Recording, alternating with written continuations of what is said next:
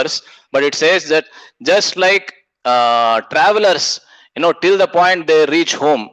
Which is that verse? Anybody remembers?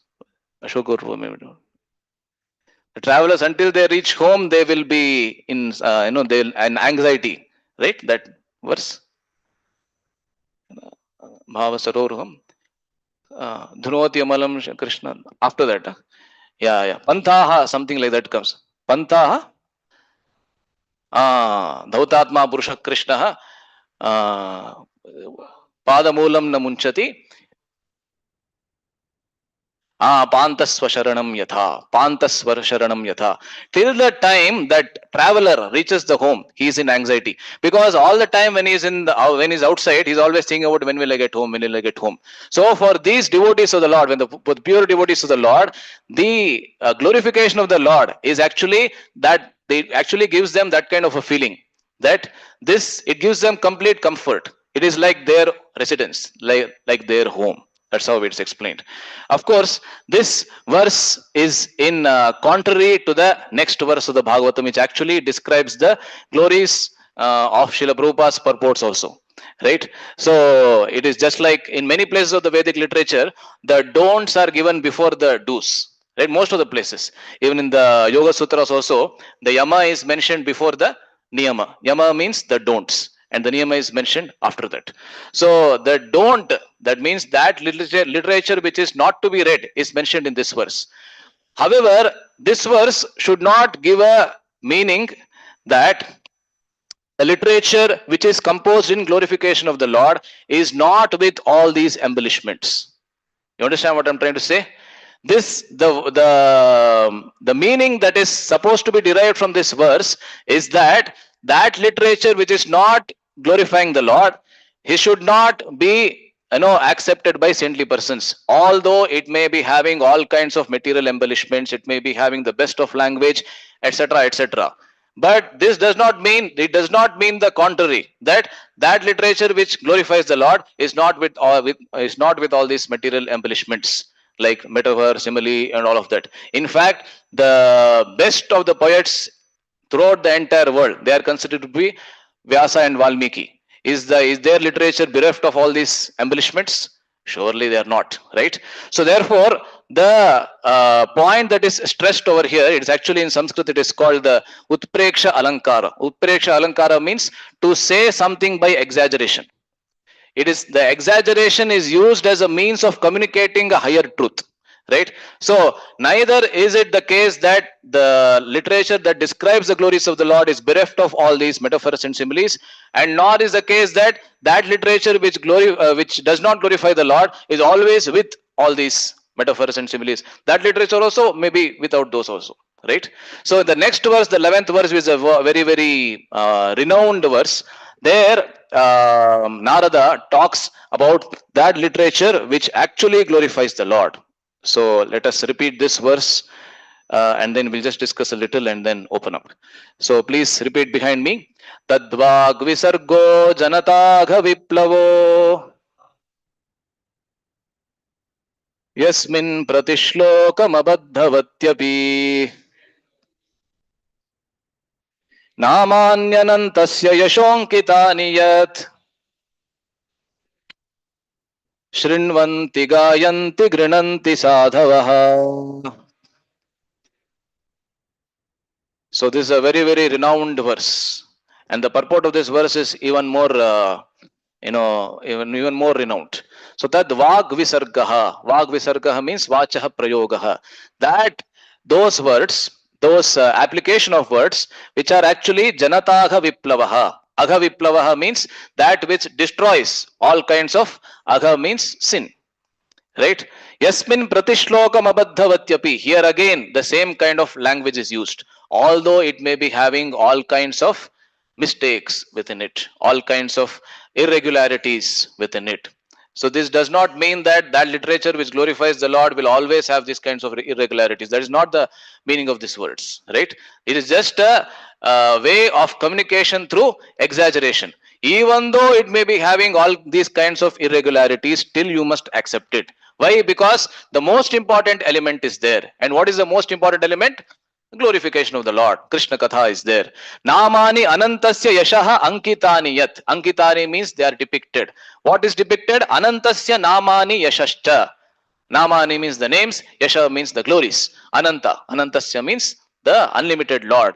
So the glories of the unlimited Lord are depicted and described very beautifully in this literature. But even though they may be having any other irregularities, still you should accept it. And who will accept it? Shrinvanti, Gayanti, Grinanti, Sadhavaha. Sadhava means those who are, how does Prabhupada translate this verse? He calls them as purified men. Yes, correct. Purified men who are thoroughly honest.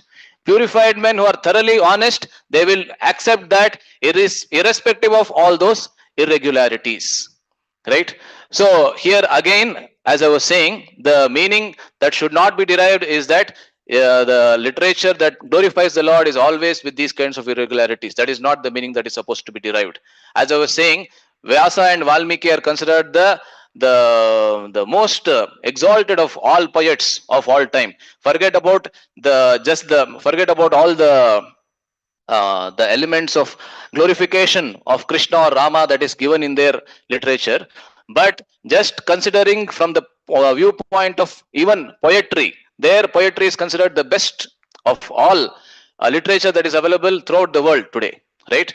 I have told this many times, but still I would like to repeat because this is the the situation demands that Vyasa's Mahabharata alone, right? Vyasa's Mahabharata alone is considered to be 4 times the size of the 2 biggest poems that are there in the Western world.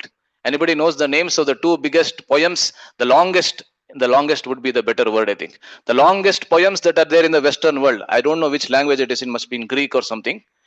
Iliad and Odyssey, right? So both of them put together, they don't come to even 1/4 of Mahabharata.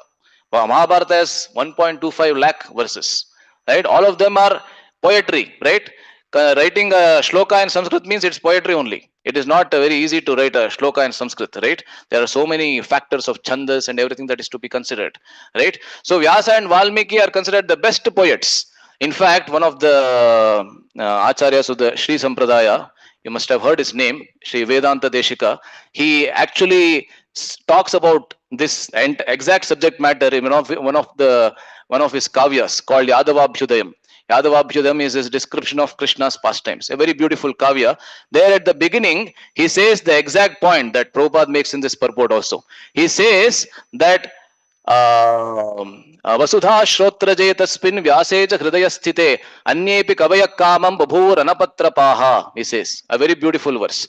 He says that when Valmiki, Vasudha Shrotraja, that actually refers to Valmiki. There are many verses in the Ramayana where Valmiki is referred to as Vasudha Shrotraja. Vasudha, what does Vasudha mean? Earth, Mother Earth. Vasudhaiva Kutumbakam we say, right? That is not Vasudeva Kutumbakam. It is actually Vasudhaiva Kutumbakam. Anyway, so Vasudha means the earth. And Vasudha Shrotraja means the ears of the earth.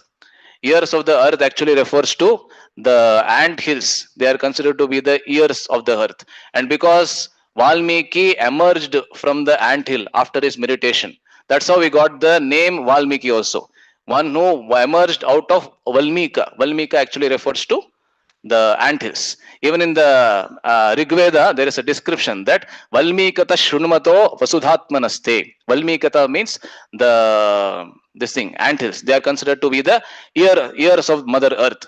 So, and because Valmiki emerged out of the Valmika, he got to be named as Valmiki. So, when Valmiki gave his such a wonderful poetry and Vyasecha Hridaya Sthite, that means that Vyasa is non-different from Krishna himself. Vyasa can be considered to be as good as Lord Vishnu, right? All of us do consider Vyasa as non-different from Lord, right? He is the literary incarnation of the Lord. So when they have given their poetry, which is so beautiful, they still, so many other poets, they gave their poems, and they gave their literature. Certainly they are surely shameless people. That's how he describes.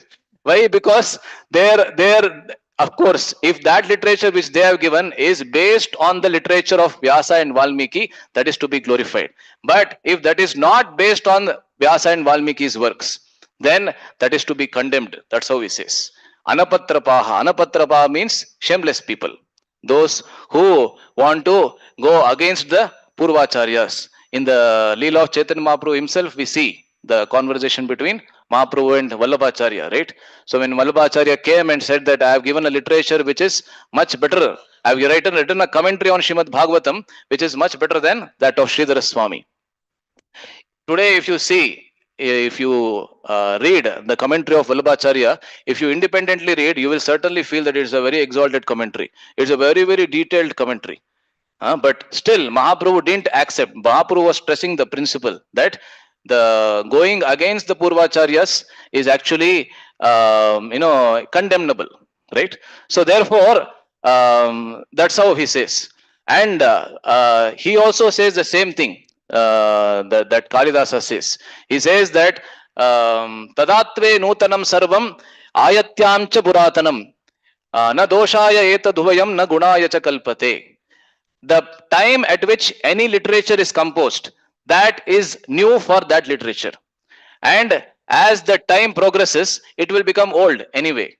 So therefore, the newness or the oldness of any literature is not the deciding factor for deciding what to read and what not to read.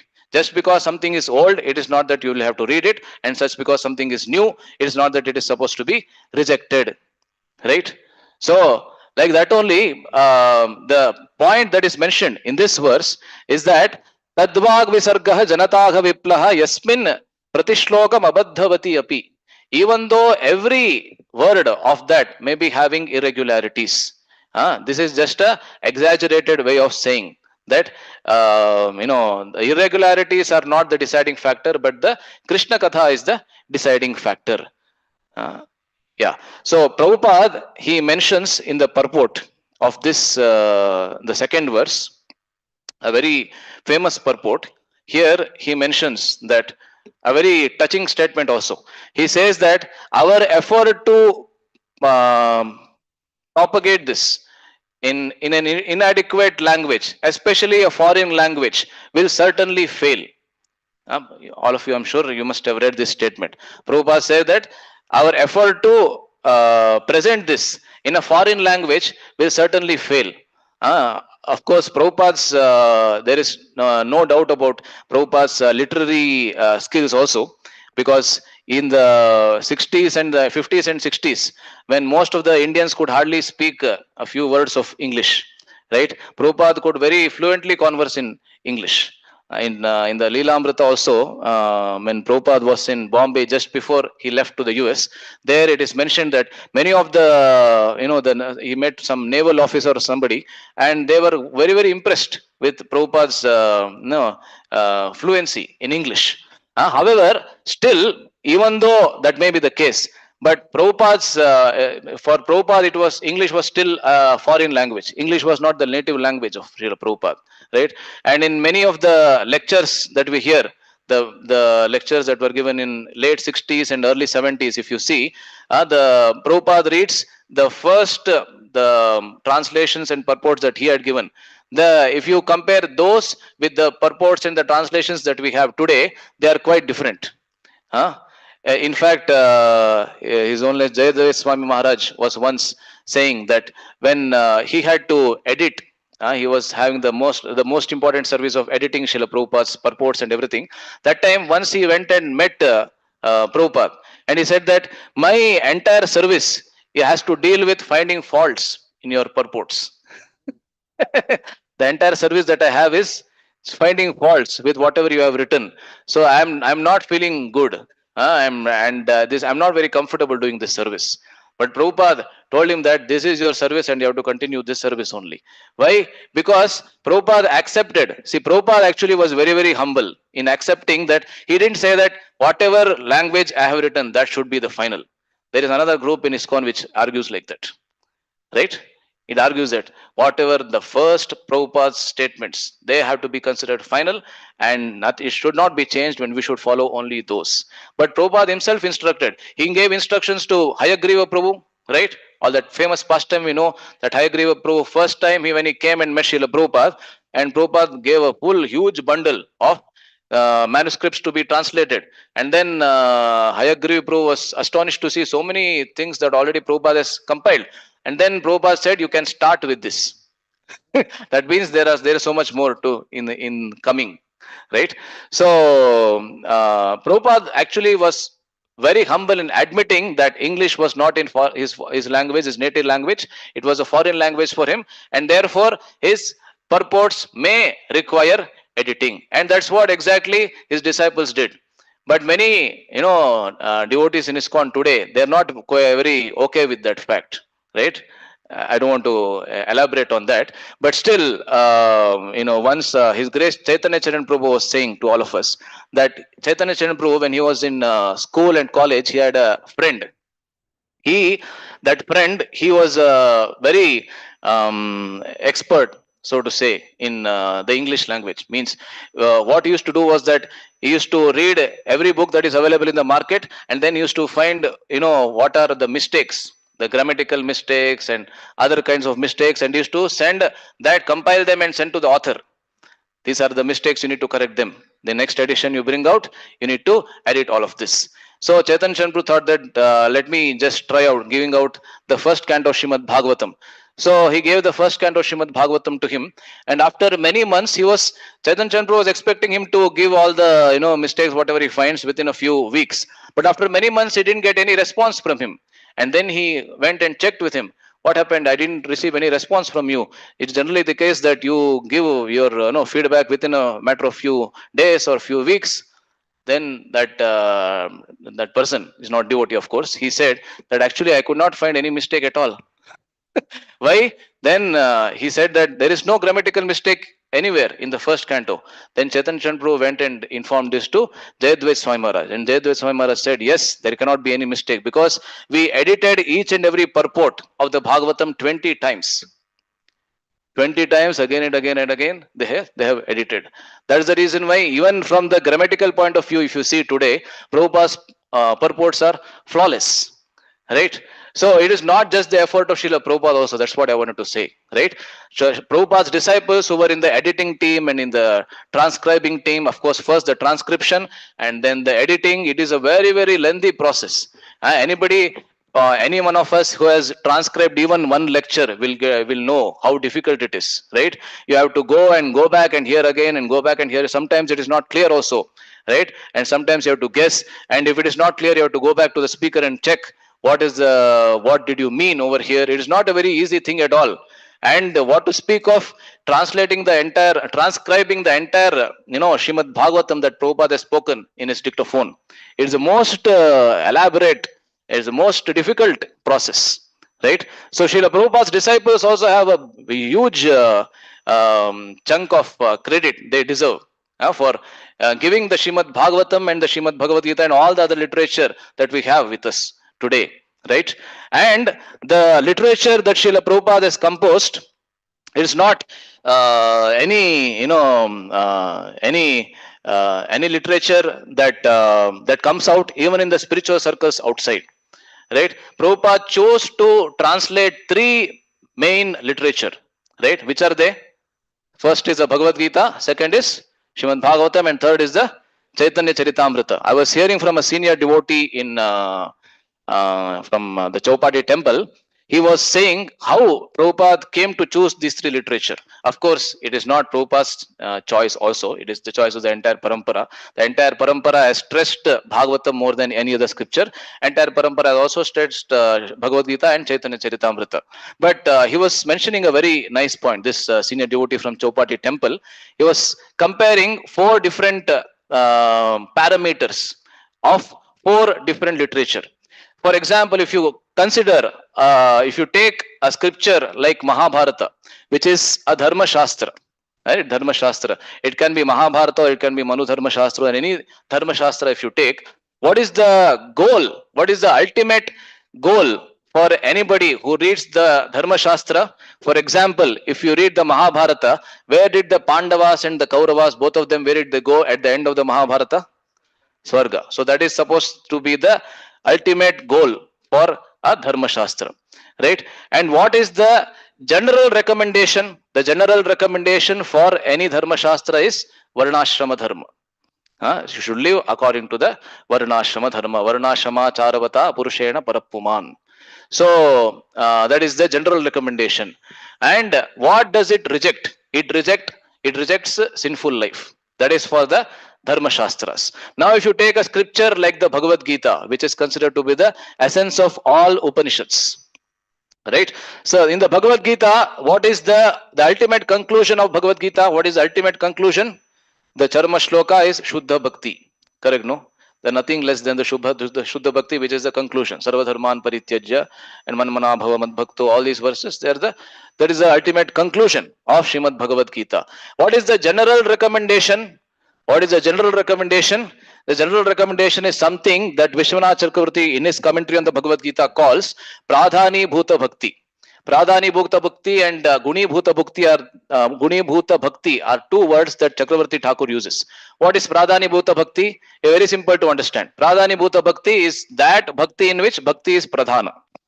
Just like if I say Karma Mishra Bhakti. Karma Mishra Bhakti means Bhakti that is mixed with Karma. So all Bhakti is the Pradhana there, is a prominent element there. But Karma is also there. So that is Pradhani Bhuta Bhakti. So Jnana Mishra Bhakti, that is also Pradhani Bhuta Bhakti. So that is the general recommendation of, just like Yat Karoshi Yadashnasi, Yat Juhosi Dadasi Yat, Yat Tapasyasi Kaunteya Tat Kurushva Madarpanam. Chakravarti Thakur in that commentary says this actually talks about Pradhani Bhuta Bhakti. Right? So all karma has to be offered to the Lord like that. So then what does it reject? It rejects demigod worship. Bhagavad Gita rejects demigods worship. In the 7th chapter and the 9th chapter, so many verses. Demigods worship is rejected. Now, coming to the Srimad Bhagavatam. If you come to the Srimad Bhagavatam, in the Srimad Bhagavatam, what is the ultimate conclusion of Srimad Bhagavatam, which comes out in the 10th canto? Anybody? Can want to take a guess? Huh? Nama Sankirtanam, of course, that is there. Nama Sankirtanam Yasya Sarva Papa Pranasham, that is the 12th canto. But it's the goal of when we read the Srimad Bhagavatam, the essence of the Srimad Bhagavatam is surely in the 10th canto, right? So the ultimate conclusion, he said, was Vraja Bhakti. Vraja Bhakti means the bhakti that is exhibited by the Vrindavanavasis, the residents of Vrindavan. What is the general recommendation? The general recommendation is Shuddha Bhakti. It is not Pradhani Bhuta Bhakti as it is in the Bhagavad Gita. The general recommendation everywhere in Srimad Bhagavatam is Shuddha Bhakti. And what does it reject? What does it reject? It rejects all Karma Yoga, Jnana Yoga, everything is rejected in the Srimad Bhagavatam. On the other hand, now, finally, in the Chaitanya Charitamrita, what is the ultimate conclusion? Is Vraja Bhakti. And what is general recommendation? That is also Vraja Bhakti only. And what does it reject? Anything less than Shuddha Bhakti, it rejects. It accepts the Shuddha Bhakti, but anything less than Shuddha Bhakti. So what is the difference between Shuddha Bhakti and Vraja Bhakti? All other kinds of Bhakti towards maybe Krishna or Narayana, just like Mahaprabhu met the Sri Vaishnavas in Srirangam and other places. Was there Bhakti, Vraja Bhakti? No, it was not Vraja Bhakti, but it was Shuddha Bhakti. Correct, no? So Chaitanya Charitamrita accepts that, but it doesn't propagate that. The general recommendation is Vraja Bhakti and the ultimate conclusion is also Vraja Bhakti only. And therefore, this devotee was saying that Prabhupada chose to translate Gita, Bhagavatam and Chaitanya Charitamrita. Gita is supposed to be the basic literature that everybody reads. And then they read the Srimad Bhagavatam and finally they read the Chaitanya Charitamrita. And with that, they get the entire glimpse of the philosophy of Gaudiya Vaishnavism, right? So even the Gita, for that matter, is not a literature that for example, in the other sampradayas, they read right at the beginning, right? Because Gita is considered to be the essence of all the Upanishads, right? It's not a literature that somebody reads right in the beginning. And what to speak of distributing Gita so freely? Many people, they don't accept that. If you meet any traditionalists, they will not accept this. That why are you distributing Gita so freely like this? Because they quote the final words of Krishna, right? Krishna gave 2 of his most confidential instructions in the 18th chapter, correct? Which are they?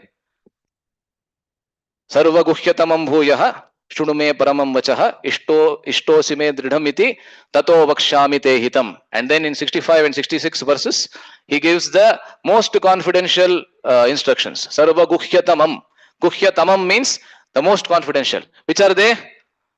Manmana bhava madbhakto and Sarvadharman Parityajya. These are the two most confidential instructions of Krishna.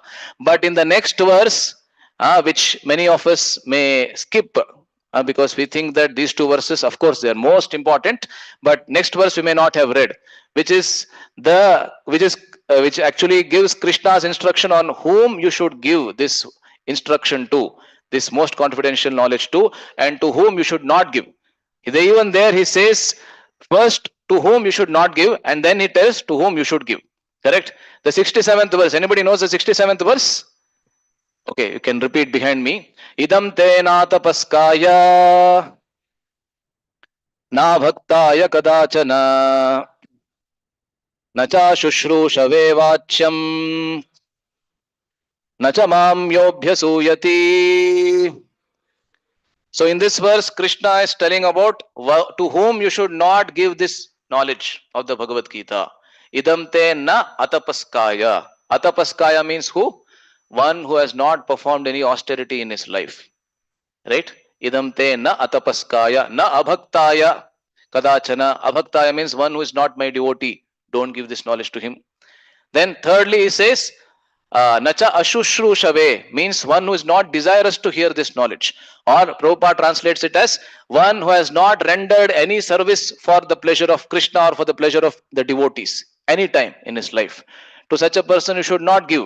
And then finally, Nachamam yobhyasuyati. The acharyas claim that this is the worst of the categories. Nachamam yaha abhyasuyati. Abhyasuyati means who?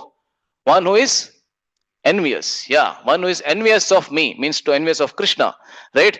So one who is envious of Krishna, to them we should never give this knowledge. That is the worst of all the categories. So how many of us think, I'm sorry to ask this question, but how many of us think that we fall in at least one of these categories before we came to Krishna consciousness? All of us, right? Then how did we get this knowledge? Did the devotees who give this knowledge to us, did they go against the words of Krishna in that case? Right? So why am I saying this? Because this is the general opinion of traditionalists outside, so-called traditionalists, right? Outside, they say that this Krishna has told this, that you should give this only to the devotees. In the next verse, he makes it even more clear to whom you should give. What does he say? Ya idam paramam guhyam mad bhakteshu abhidasyati, he says. Very clearly Krishna says, right? To my devotees only you should give this knowledge. Yaidam paramam guhyam mad bhakteshu abhidasyati bhaktim mai param kritva mame vaishyati asamshaya. And then of course after that he says nacha tasman manushyeshu. Right? So this verse, the 69th verse is very, very popular. Right? But before that Krishna actually says you should give this knowledge only to the devotees. So my question is that how did Prabhupada propagate this knowledge of the Gita? Is the not just Prabhupada, all the devotees in the ISKCON movement, when we are giving this Gita so freely to people outside, which is unprecedented. Before ISKCON, nobody gave Gita freely to people outside. Is there any one precedence where people were distributed Gita so freely outside? Of course, even the Gita press, came along with the ISKCON BBT publications only. They just a few years before, I guess. I'm not sure about the exact date, but it was not never the fact that ISKCON, the Gita was distributed so freely outside. So what is the rationale behind this? Because this is the topic of discussion of book distribution, and especially all of us distribute Gita only, right? Most of the time we distribute Srimad Bhagavad Gita only. So what is the rationale behind this? Anybody? Rose, you want to share?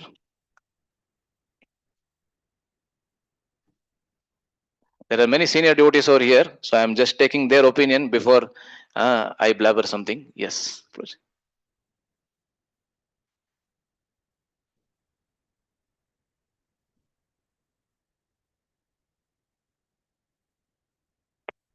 Rosie will anyway add, I think, after that. Yes. Okay, I will just tell what I've heard, but everybody else can add at the end. So, Mad Bhakteshu Abhidasyati, Krishna says, give it to my devotees and don't give it to these kinds of four people. In fact, in the Gita Bhashya, I don't remember if it's Shankara Gita Bhashya or Ramanuja Gita Bhashya. He says, it says in the Gita Bhashya that the people to whom it should not be given, that is mentioned first, and then to whom it should be given, it is mentioned, right?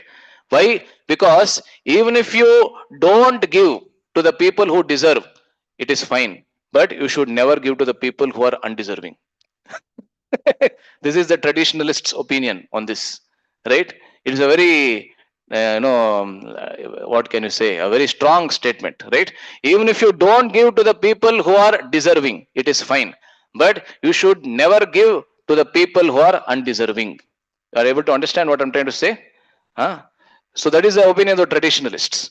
But anyway, I heard that how does then ISKCON distribute Gita so freely in the market outside? Just like one devotee was saying that once he was traveling in the train and so many hawkers come in the train, right? Especially in the, if you're in the sleeper compartment, then so many hawkers come.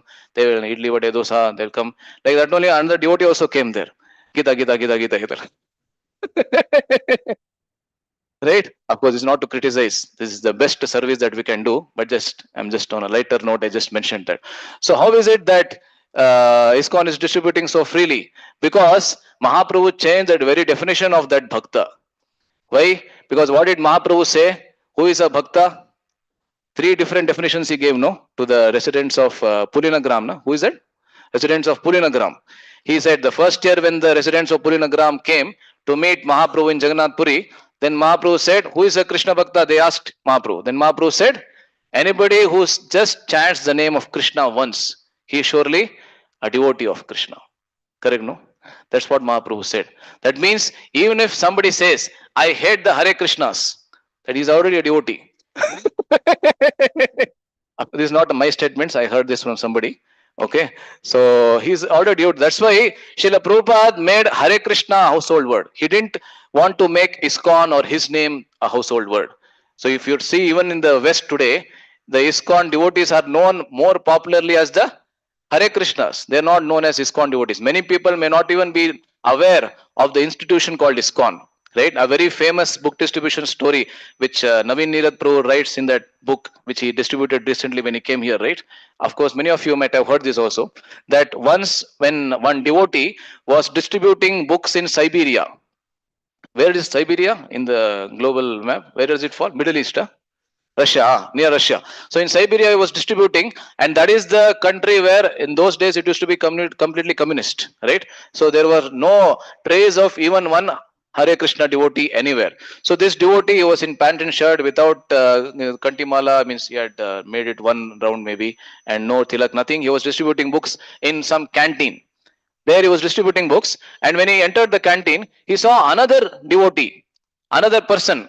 He didn't know whether devotee or not, but he was distributing. But he was distributing photocopies of Srimad Bhagavad Gita of Prabhupada. Prabhupada's Bhagavad Gita as it is. Photocopies means Xerox copies, right? He was distributing them, and this devotee was astonished. From where did you get these Xerox copies, and why are you distributing them instead of distributing the original Bhagavad Gita?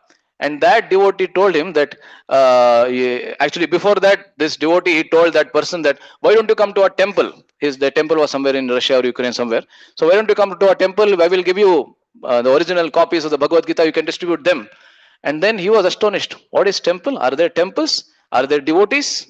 Like that, he started asking this. And then while speaking, that devotee got to know from this person that somehow he got that Bhagavad Gita of Srila Prabhupada, and once he started reading, he could not stop, and he read the entire Bhagavad Gita. And at the end of the Bhagavad Gita, in the 69th verse, Krishna says, Ajatasman Manusheshu Kashtin Me Priyakritama, and there is a very beautiful purport that is given by Srila Prabhupada. And therefore, he himself decided that I should give this knowledge to others. But I have only one copy of the Bhagavad Gita with me. So how will I give this out to others? Take photocopies and distribute. So that distribution of the books that he was doing, it didn't come from anybody. We have to be told in the temple, right? Take books, go distribute. Take books, go distribute. Every day we have to be sent reminders. Please please distribute books. We have to be given reminders. But this person, it inspired him from his heart, right? That I have to distribute these books if I have to get closer to the Supreme Lord. So he made photocopies himself and he started distributing everywhere across Siberia. right? And nobody told him. And when this devotee came and told that there are actually full, copies available, and I can send them to you, and then you can distribute. He was not even aware of the existence of a temple, and he didn't had not met even one single devotee previously. Right? So what I mean to say is that what I was discussing before this. Yeah, yeah. So anybody, Prabhupada wanted to make Hare Krishna a household word. Why? Because just by saying Hare Krishna, right, one automatically becomes a devotee. That is actually Mahaprabhu's definition of a devotee. Of course, after that, Mahaprabhu gave advanced definitions also. That one who always thinks, one who always, one who upon seeing whom others think of Krishna. There is a third one, I think, right? What is the second one? Huh? One always stands. One who always stands, the second definition, correct? No? And the third is that upon seeing whom others are inspired to chant Hare Krishna. But the first definition is not, should not be discounted, right? So anybody, even once if he has said Hare Krishna, he is actually a devotee, right? So when Krishna says Mad Bhakteshu Abhidasyati, the definition of Mahaprabhu, if you apply, it is already taken for granted that he is a devotee, and we are not going against Krishna's instructions. And na bhaktaya kadachana, what is it? Idam chate na tapaskaya na bhaktaya kadachana. So if you say that a person who is chanting Hare Krishna is automatically devotee, he automatically falls in that category of bhakta. So that first verse that Krishna is speaking does not apply to this person, right? So one who doesn't understand the magnanimity of Lord Chaitanya, for him, he will be never be able to understand why ISKCON is doing this kind of work, right? Why is ISKCON distributing Gita freely? Many times when we go outside, we meet these kinds of traditionalists, only in India, of course, not in other parts of the world. In India, we meet and they ask us, hey, why are you distributing Gita so freely like this? Gita should not be given. It is the essence of all the Upanishads. And they are very learned also. Some of them, they have the entire Bhagavad Gita in their memory, right?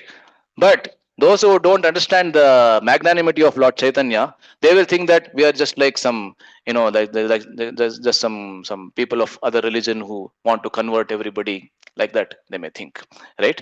So this activity of book distribution is surely the most magnanimous activity, which actually distributes the mercy of Lord Chaitanya and mercy of Lord Krishna through the medium of Srila Prabhupada's books. Right? So Prabhupada had 4 mission statements for ISKCON. What are they? Books are the basis, purity is the force, utility is the principle, and finally preaching is the essence. And His Holiness Jayadvaita Swami Maharaj says that by book distribution, all these 4 mission statements are fulfilled actually, because books are the basis. You're distributing books. Purity is the force. That means that when you go out to distribute books, depending on your purity, the person who will whom you are encountering will take or not take, right? We have experience of this, right? Sometimes for 2 or 3 hours we are just trying to distribute, nobody takes. Sometimes very very quickly, 10s and 20 books or 30 books, they go within 1 hour also, when we are distributing the street. Of course, even when we go out for school book distribution like we did this year, even there some schools we don't get permission at all, but the same school, when another devotee goes and approaches, they are very ready to give permission. One of the schools where we did this year in Chintamani, there we had to approach almost like 10 to 12 times. I myself had gone with another person. Nothing happened. And finally, another devotee, of course, I can mention the name of the devotee also, Swayam Prakash Prabhu, came along with me. And when we went, we got permission very easily. I was amazed. How come they didn't give us permission for assembly announcement, but they gave us permission for distributing the pamphlets. Means they took the pamphlets from us and they distributed amongst the school children, and we got a very good count finally from that school. And the management thereafter, they were so happy with this effort that they have called us for addressing their school annual day. Those who were completely against, they didn't even allow me to meet their principal till date. I have not even met their principal. I was only coordinating with their school coordinator. So purity is the force, right? And third, utility is the principle. So we utilize everything that is possible to distribute books. All our intelligence, or the all our capabilities, all our physical, mental, intellectual capability, everything has to be used. And finally, preaching is the essence. No, preaching is the best form of preaching. By distributing Srila Prabhupada's books. Right? There's so much more to say, but I think it is time 9:50, so I'd like to end over here. I'm sorry if I've spoken anything which is much above my realization and much above my reflections. So thank you very much for hearing. Hare Krishna. Srila Prabhupada ki. Jai. Grantharaj Srimad Bhagavatam ki. Jai. Anybody would like to add anything? You want to add something more? Ishwara, yeah. Just a second. Yeah. I will take your question. Just a second. Yeah. Yes.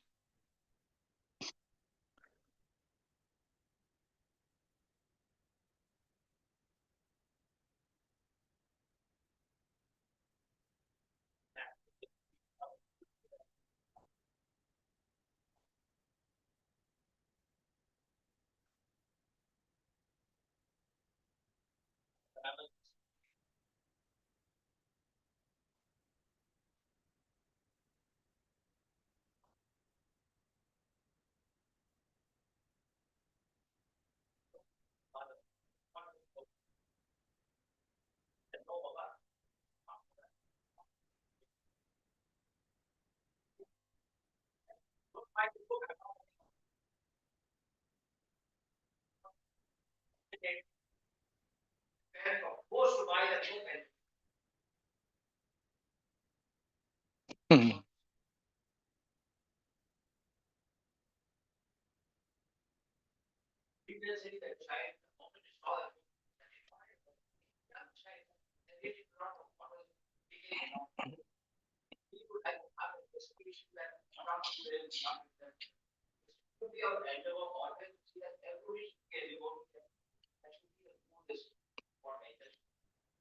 Yeah. A very important point that a devotee always sees others as devotees anyway, right? Even if this condition of chanting once Krishna is not there, still an uttamadhikari always sees others as devotees only, so it doesn't matter. Yeah, thank you very much. Yes, Mike.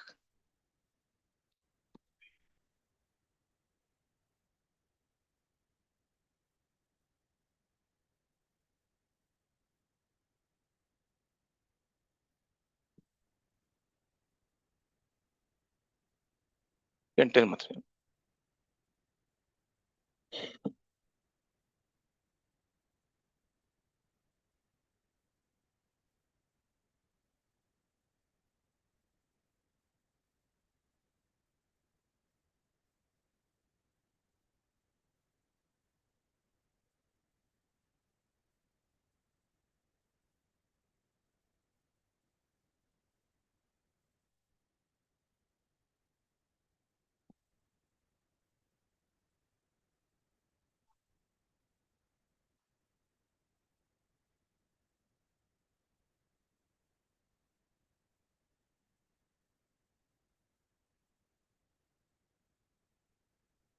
I made your sukriti.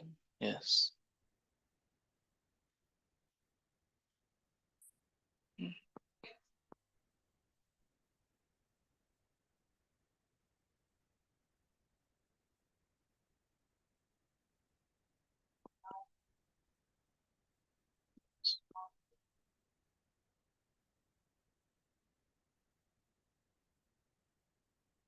Yes. Yes. Thank you very much, Mataji. So yeah, Prabhupada said that you had no qualification to his disciples. I made your qualification. So anybody coming in touch with Prabhupada, they automatically develop that Sukriti. So an Uttamadhikari has that potency to give that much Sukriti which any of us may not be having. So as Grace Amoglila Prabhu often gives the example that when we approach somebody, they may not take the books, but same person if is approached by somebody else who is much purer, they may take the books because they have the potency to give much more Sukriti to that person than us. Yeah, thank you, Mother. Any other point? Yes, Mother.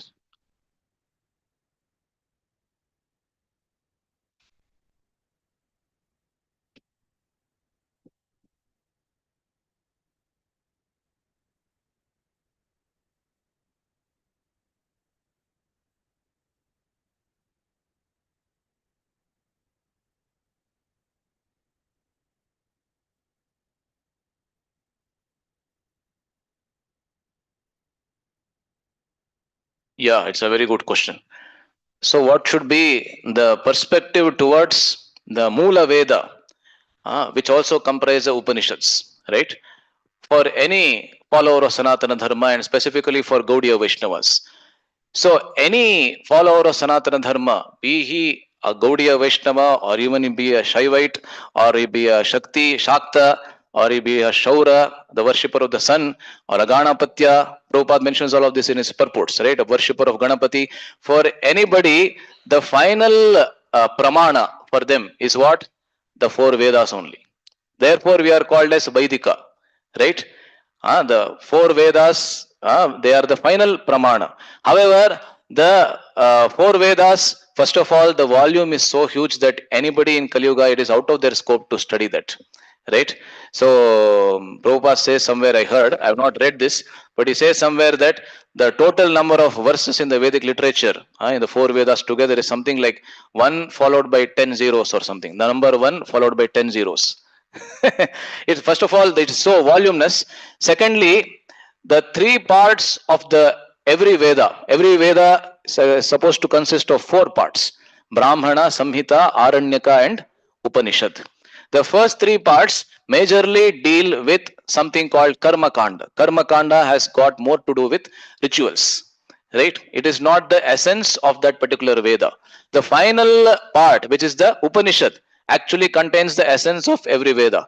So there are a few Vedas in Rig Veda, a few Upanishads in Rig Veda, Sama Veda, like all of them put together, there are 108 Upanishads. So those Upanishadic parts are supposed to contain the essence of that particular Veda.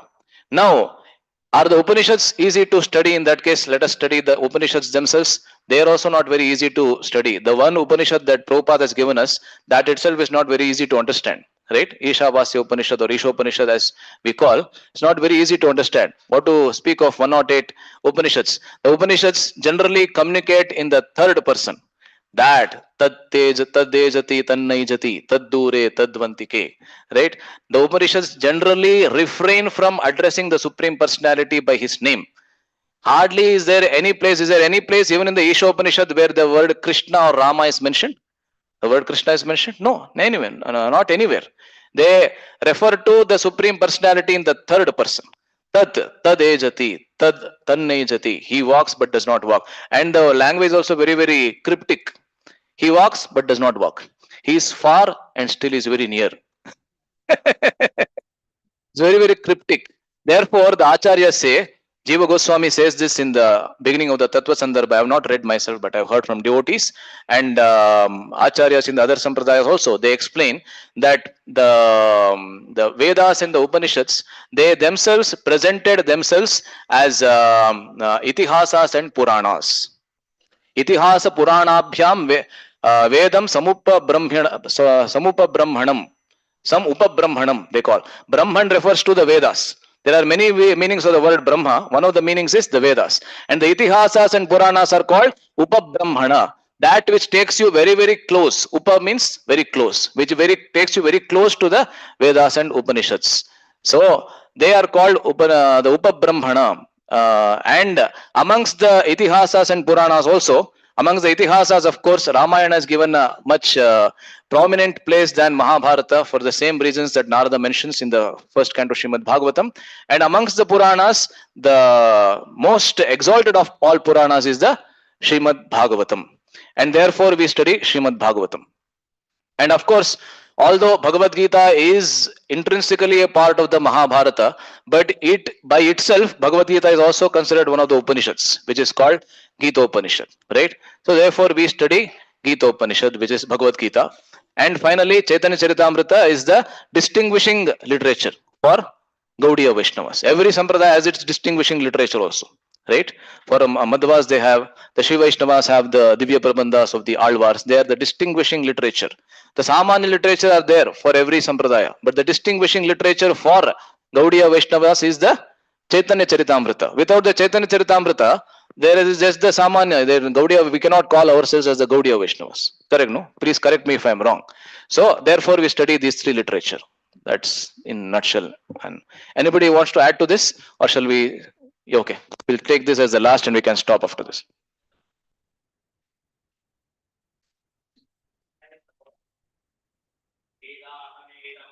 Purusham Mahantam Aditya Varan Sammas Parastad.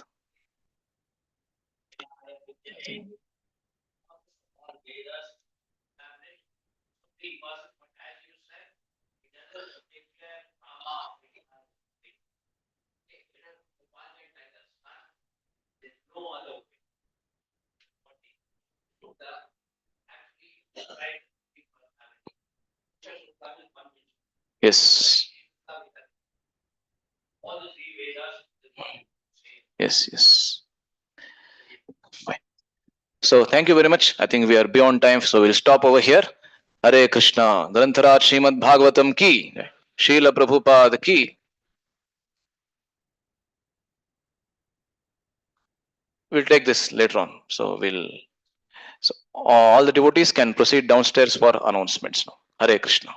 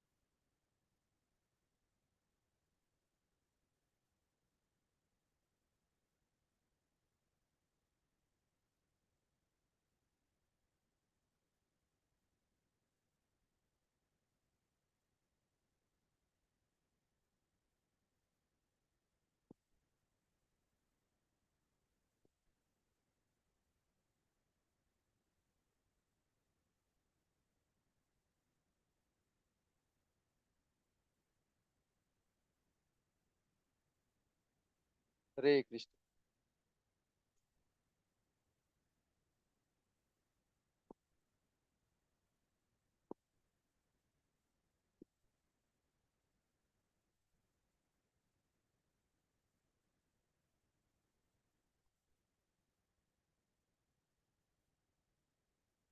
Hare Krishna.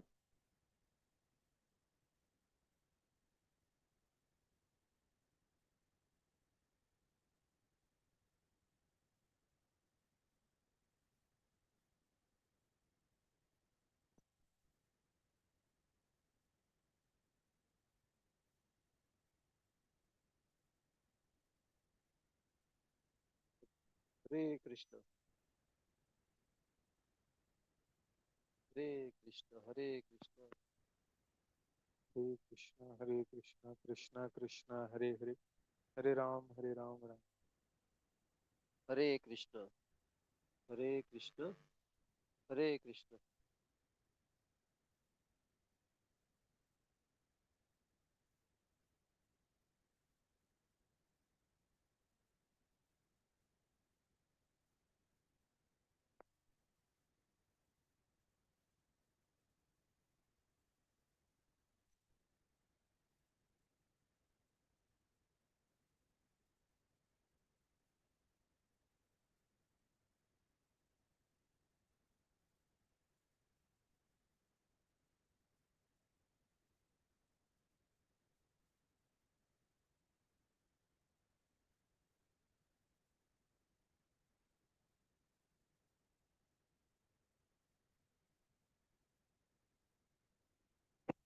Hare Krishna.